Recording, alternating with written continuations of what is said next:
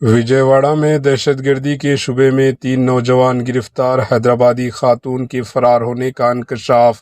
آندھرا پردیش کے وجے میں دہشت گردی سے متعلق سرگرمیوں کے شبے میں 3 نوجوانوں کو Andhra Pradesh counter intelligence CI police نے حراست میں لے لیا ہے، جس سے علاقے میں سنسنی پھیل گئی۔ گرفتار ہونے والوں میں 21 سالہ نوجوان اور بھوانی پورم کا ایک 20 سالہ نوجوان شامل ہے، جنہیں خفیہ مقام پر رکھ کر تفتیش کی جا رہی ہے۔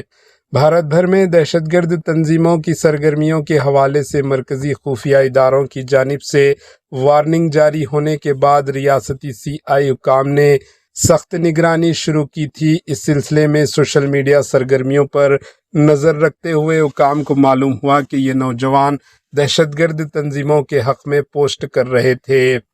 پولیس نے فوری کارروائی کرتے ہوئے ان کے گھروں پر چھاپے مارے اور انہیں حراست میں لے لیا۔ ان کے پاس سے موبائل فونز اور دیگر الیکٹرانک آلات بھی ضبط کرنے کی بات کہی جا رہی ہے، تاہم ان میں کچھ غیر قانونی معاملات ہونے کا کوئی انکشاف نہیں کیا گیا۔ ابتدائی تفتیش میں معلوم ہوا کہ یہ نوجوان بیرون ملک دوسری کنٹریز کے ہونے والی دہشت گرد کارروائیوں سے متاثر ہو کر سوشل میڈیا پر مواد پوسٹر شیئر کر رہے تھے، جس کے بعد پولیس تحقیقات کر رہی ہے کہ ان کے کسی دہشت گرد تنظیم سے ربط تو نہیں ہے، انہیں کون متاثر کر رہا ہے اور سوشل میڈیا لنکس کہاں سے آ رہے ہیں۔